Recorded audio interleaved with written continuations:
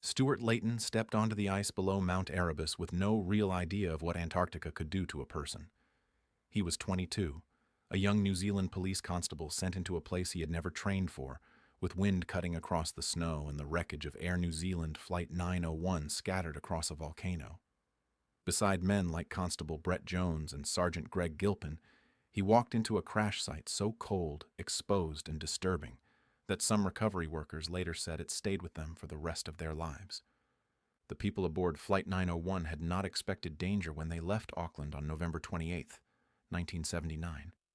The aircraft was a McDonnell Douglas DC-10, operated by Air New Zealand for its Antarctic sightseeing service. Passengers had paid for a rare flight over the ice, with views of the Ross Sea, McMurdo Sound, and a continent most people would never see. There were 237 passengers and 20 crew on board. Captain Jim Collins was in command. He was experienced, and his crew had prepared for a route they believed would take them down McMurdo Sound. That belief mattered. In the weeks before the flight, the coordinates used for the Antarctic route had been changed in Air New Zealand's computer system. The crew was not properly told that the path entered into the aircraft's navigation system no longer matched what earlier briefing materials had led them to expect. Instead of being safely west of Mount Erebus, Flight 901 was now aimed toward the mountain itself. The flight south was calm enough that passengers could look out at Antarctica through the windows and take photographs. Inside the cabin, the trip still felt like a sightseeing flight. Outside, the white slope of Erebus blended with cloud and snow in a way that made the mountain hard to see. The crew believed they were over open ice and water. They were not. They were flying toward the lower face of a volcano more than 12,000 feet high. At 12:49 p.m., the ground proximity warning system began to sound. The cockpit voice recorder captured the urgent warning to pull up. Captain Collins called for go-around power, but there was no time left. Seconds later, the DC-10 struck the slope of Mount Erebus at roughly 1,500 feet above sea level. The impact destroyed the aircraft and killed all 257 people aboard almost instantly. Back in New Zealand, families waited for the flight to return. At first, a delay could still be explained. Then, the aircraft failed to arrive.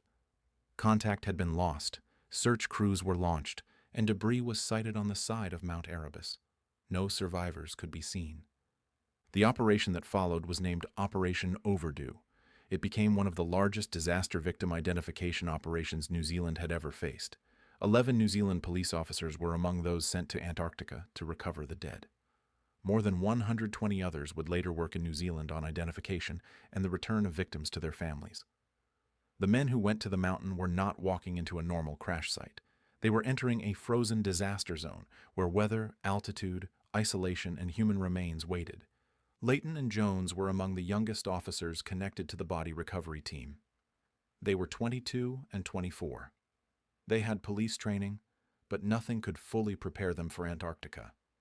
The mountain did not offer roads, shelter, or warmth. Everything had to come by aircraft or helicopter. Men worked in layers, carrying equipment across snow and broken ice, knowing the weather could turn and cut them off from help. The crash site spread across the slope near Lewis Bay. Parts of the aircraft were torn open across the snow.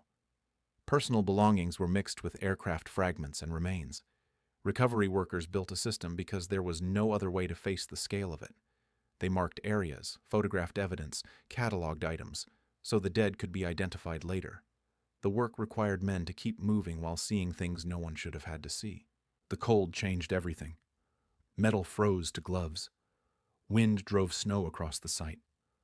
Fuel sat in the ice. In places, fire from the crash had melted holes and crevasses before the water refroze. Workers had to watch their footing as they moved around the wreckage. A mistake could hurt a man far from medical help. A storm could trap the team on the mountain. There were periods when the weather stopped everything. Helicopters could not always fly. Visibility could collapse. Men waited in tents or temporary shelters while the wind hit the camp. Antarctica decided when they worked and when they stopped. For the recovery workers, each day demanded the same harsh routine. They rose, prepared for the cold, went back to the site, and resumed the careful work of finding and removing victims. Some bodies were substantially intact, others were not. Personal items mattered because identification mattered. A watch, a set of keys, a piece of clothing, a fingerprint, or dental evidence could help give a family an answer.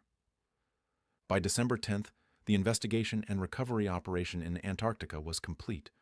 Crews had recovered the cockpit voice recorder, the digital flight data recorder, flight instruments, and the cockpit flight panel. The disaster victim identification teams recovered 114 substantially intact bodies, 133 bags of human remains, and countless personal belongings. Much of the work still had to continue in New Zealand, where pathologists, dentists, police, fingerprint specialists, and others tried to identify the dead. The official medical findings later showed that the victims had died from injuries caused by the initial impact, not from the fire that followed. In the end, 213 of the 257 victims were identified. That number mattered because every identification meant a family could receive more than uncertainty. But it came at a cost to the people who had done the work on the mountain and afterward. For Leighton, the danger on Erebus was not only remembered as emotional. Decades later, he said there was a time on the mountain when he believed he was going to perish. Brett Jones later described the recovery as draining both physically and mentally. They survived the ice, the wind, the work, and the weight of what they had seen. But survival did not mean they came home untouched. The country struggled with the crash for years. The first official investigation placed heavy blame on the pilots. A later royal commission led by Justice Peter Mann found that the accident had been caused primarily by the unnoticed change in coordinates and the failure to tell the crew properly.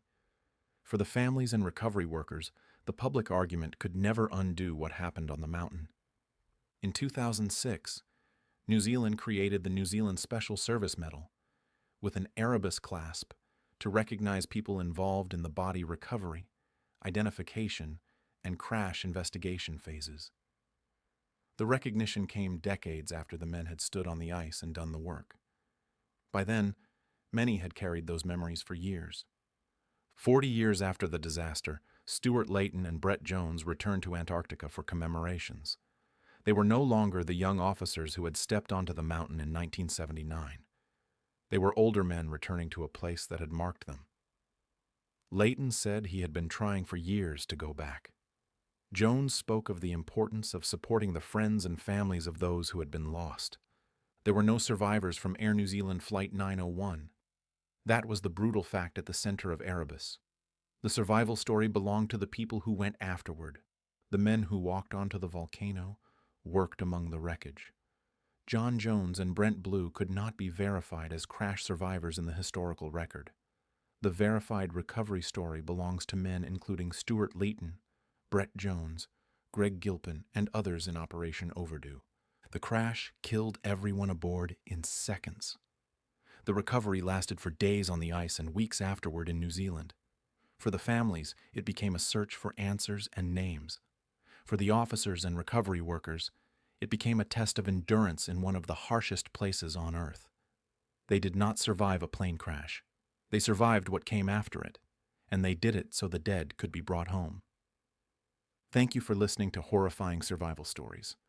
Subscribe for more stories of those who faced the impossible and lived.